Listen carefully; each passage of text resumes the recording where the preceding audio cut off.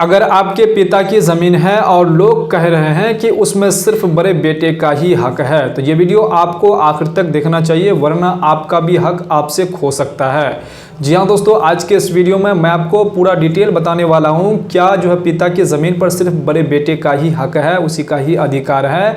तो आज का ये वीडियो आप लोगों के लिए बहुत ही इंपॉर्टेंट रहने वाला है। लोगों के मन में ये कंफ्यूजन जो है यहाँ पर बहुत दिनों से और हमेशा यहाँ पर बना रहता है कि बड़े बेटे का यहाँ पर जो है सिर्फ अधिकार, माता पिता की ज़मीन पर सिर्फ बड़े बेटे का ही क्या अधिकार है। तो इसमें क्या कानून है, आपको कानून के बारे में जानकारी होना बेहद ज़रूरी है।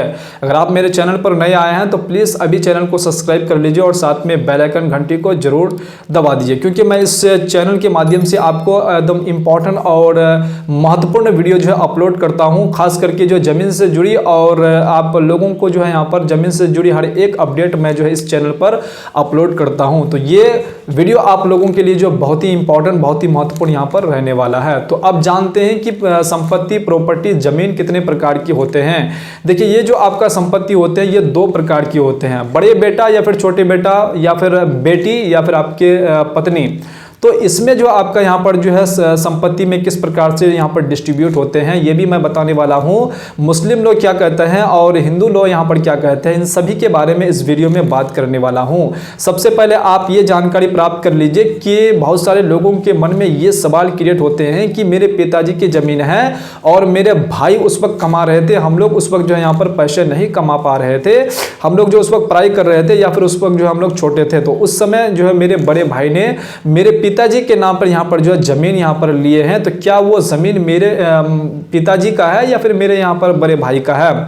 तो बहुत सारे लोग ये कह रहे हैं कि वो जमीन जो है सारे पैसे दे करके जो वो जमीन खरीदे, तो वो जो जमीन है वो जमीन बड़े भाई का यहाँ पर होना चाहिए। तो ये कानून क्या कहता है, आपको कानून के बारे में जानकारी होना चाहिए। जब वो जमीन, जब वो प्रॉपर्टी यहाँ पर ली गई थी, तो उस समय जो है यहाँ पर संयुक्त परिवार था। उस समय जो आपका बड़े भाई, आप और आपका बहन, आपके सब कोई जो है एक ही परिवार में थे और सबका जो है कमाई जो है एक ही इकट्ठा यहाँ पर हो रहे थे। बशर्ते हो सकता है कि आपके बड़े भाई ने ज्यादा पैसा यहाँ पर दिए होंगे वो जमीन खरीदने में, लेकिन आपका बड़े भाई ये नहीं कह सकते कि ये जो है पूरा संपत्ति, जो ये पूरा जो जमीन है ये मेरी है, क्योंकि वो जमीन आपके यहाँ पर जो अब्बा के नाम से है, आपके यहाँ पर पिताजी के नाम से है। अब उस जमीन का जो भी यहाँ पर जो है करना है, बेचना है, किसी को देना है, या भी जो भी उस जमीन से रिलेटेड कोई भी वो प्रॉपर्टी से रिलेटेड कुछ भी अगर करना है, दान में देना है, गिफ्ट करना है, वसीयत करना है, जो भी करना है वो आपके पिताजी करेंगे, अन्यथा आपके बड़े भाई यहाँ पर नहीं कर सकते हैं। ये बिल्कुल कानून में नहीं है कि वो पूरा प्रॉपर्टी आपका ही है, लेकिन हो सकता है कि ये आप अपने माता पिता से कह सकते हैं कि ये पूरा प्रॉपर्टी मैं अपने पैसे से यहाँ पर खरीदा हूँ, सिर्फ आपके नाम पर। लेकिन आप उन्हें ये नहीं कह सकते कि ये मेरा है, उनके नाम से आप खरीदे हैं, लेकिन आप उसमें दावा नहीं कर सकते कि ये मेरा है। दावा आप यहाँ पर तब कर सकते जब आपके नाम पर यहाँ पर हो जाएंगे। अगर आपके माता पिता आपके नाम पर यहाँ पर वसीयत कर देते हैं, विल कर देते हैं, आपके नाम से रजिस्ट्री अगर करवा देते हैं, तो इस कंडीशन में आप जो है यहाँ पर अपने नाम से जमीन जो है आप करवा सकते हैं। तभी आप कह सकते हैं कि इस जमीन पे कोई किसी का भी यहाँ पर अधिकार नहीं है, किसी का भी हक नहीं है। लेकिन जब तक आपके पिताजी के पास है तब तक आपका वो कुछ भी नहीं रहने वाला है। तो आपको इससे पहले ये भी आपको जानकारी होना बेहद जरूरी है कि ये जो संपत्ति है कितने प्रकार की होते हैं और किसमें जो है यहाँ पर आपके बड़े भाई दावा कर सकते हैं और किसमें आपका बड़े भाई दावा नहीं कर सकते हैं। तो दो प्रकार के यहाँ पर प्रॉपर्टी होते हैं, एक आपका जो पैतृक संपत्ति और एक आपका जो है यहाँ पर स्व अर्जित संपत्ति होते हैं, जिसे हम लोग जो है सेल्फ एक्वायर्ड प्रॉपर्टी कहते हैं, और पैतृक संपत्ति जो है वो आपका एंसेस्ट्रल प्रॉपर्टी कहते हैं। तो सबसे पहले समझ लेते हैं एंसेस्ट्रल प्रॉपर्टी के बारे में। देखिए, एंसेस्ट्रल प्रॉपर्टी क्या होता है, पैतृक संपत्ति क्या होता है। इसमें आपके बड़े भाई भी अधिकार जता सकते हैं कि ये मेरा जो है यहाँ पर पिताजी अगर है और पिताजी अगर उसे बेच रहे हैं तो उसमें आपका बड़े भाई इसमें रोक लगा सकते हैं कि ये जमीन आप ना बेचें, क्योंकि इस जमीन पे, इस संपत्ति पे मेरा भी अधिकार है। आप बशर्ते ये नहीं कि सिर्फ बड़े भाई का ही अधिकार है, जितने भी उस पिताजी के जितने भी यहाँ पर बेटा या फिर बेटी है, सब कोई उस संपत्ति पे यहाँ पर अधिकार यहाँ पर हो जाते हैं जन्म लेने से ही। तो पैतृक संपत्ति किसे कहते हैं, जो 4 पीढ़ी से चलते यहाँ पर आती जो प्रॉपर्टी है, जो संपत्ति है, उसे हम लोग पैतृक संपत्ति कहते हैं। जैसे फॉर एग्जांपल आपके परदादा की जो भी संपत्ति है, जो भी जमीन है, वो 4 पीढ़ी से चलती आई है, आपके परदादा, दादा, उसके पिताजी, उसके बाद आपके पास चली आई है। तो इस तरह की संपत्ति में हम लोग क्या कहते हैं, एंसेस्ट्रल प्रॉपर्टी इसे कहा जाता है। इसे आप यहाँ पर पैतृक संपत्ति इसे कहा जाता है। तो पैतृक संपत्ति में आपके बड़े भाई का भी अधिकार है, छोटे भाई का भी अधिकार है, बहन का भी अधिकार है और आपकी अम्मी का भी यहाँ पर अधिकार होते हैं। तो इस तरीके से जो यहाँ पर एंसेस्ट्रल प्रॉपर्टी में जो हर एक व्यक्ति का हर एक यहाँ पर जो परिवार के व्यक्तियों का यहाँ पर अधिकार होते हैं। तो एंसेस्ट्रल प्रॉपर्टी के बारे में आप जान गए। उसके बाद आपको सेल्फ एक्वायर्ड प्रॉपर्टी के बारे में जानकारी होना चाहिए, जो कि बहुत ही महत्वपूर्ण है। और आपको इस वीडियो को शुरू से अंत तक जरूर देखना है, इस वीडियो को स्किप नहीं करना है, क्योंकि मैं इस वीडियो के लास्ट में आपको एक बहुत ही इंपॉर्टेंट बात बताने वाला हूं। तो अब जान लीजिए कि ये जो आपका सेल्फ एक्वायर्ड प्रॉपर्टी है ये कैसी प्रॉपर्टी है। देखिए, मैं पहले वीडियो के पहले में ही आपको ये बताया कि उस संपत्ति पे आप यहां पर अधिकार जता सकते हैं जो आपका सेल्फ एक्वायर्ड प्रॉपर्टी होता है, जो सेल्फ एक्वायर्ड आपका जमीन होता है, जो आपने खुद से जो प्रॉपर्टी, जो खुद से जो जमीन आपने खरीदी है, उस जमीन पे सिर्फ आपका ही अधिकार है।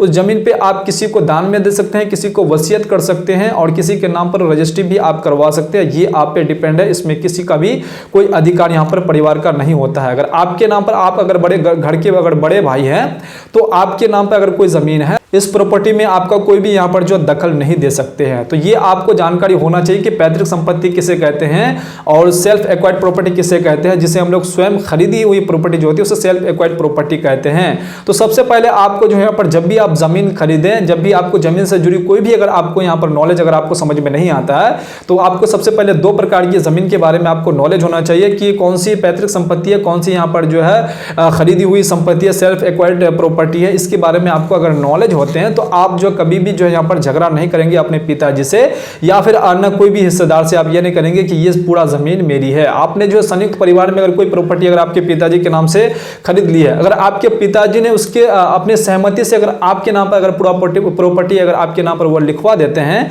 तो ये अलग बात है। लेकिन अगर वो नहीं लिखवाते हैं तो वो संपत्ति हर एक व्यक्ति को यहां पर चलेगा, हर एक यहां पर बेटा बेटी को यहां पर चले जाएंगे। तो इसके बारे में आपको नॉलेज होना चाहिए। अब जान लेते हैं कि हिंदू लॉ क्या कहता है कि अगर आपके पिताजी का अगर जमीन है तो हिंदू लॉ यहां पर क्या कहता है, या फिर आपका कोई भी अगर सेल्फ एक्वायर्ड प्रॉपर्टी है या फिर उसमें जो यहां पर एंसेस्ट्रल प्रॉपर्टी है, पैतृक संपत्ति है, तो हिंदू लॉ क्या कहते हैं। हिंदू लॉ में यह है कि हर एक यहां पर बेटा और बेटी को यहां पर बराबर का अधिकार उसे दिए जाते हैं। लेकिन यहीं पर जो है यहां पर मुस्लिम लॉ क्या कहते हैं कि मुस्लिम लॉ में ऐसा नहीं है। देखिए, अगर आपके पिताजी की जमीन है तो पिताजी की जमीन में सब कोई बराबर का हिस्सा नहीं पाते हैं। उसकी यहां पर पत्नी अलग हिस्सा पाती है, उसके बाद उसका बेटा जो अलग हिस्सा पाते हैं, उसका बेटी जो है वो अलग हिस्सा यहां पर पाती है। तो इस तरीके से जो हर एक का जो है यहां पर अलग अलग हिस्सा होती है। लेकिन ऐसा हिंदू लॉ में नहीं है। हिंदू लॉ में बराबर का यहां पर हिस्सा उसे यहां पर मिलते हैं।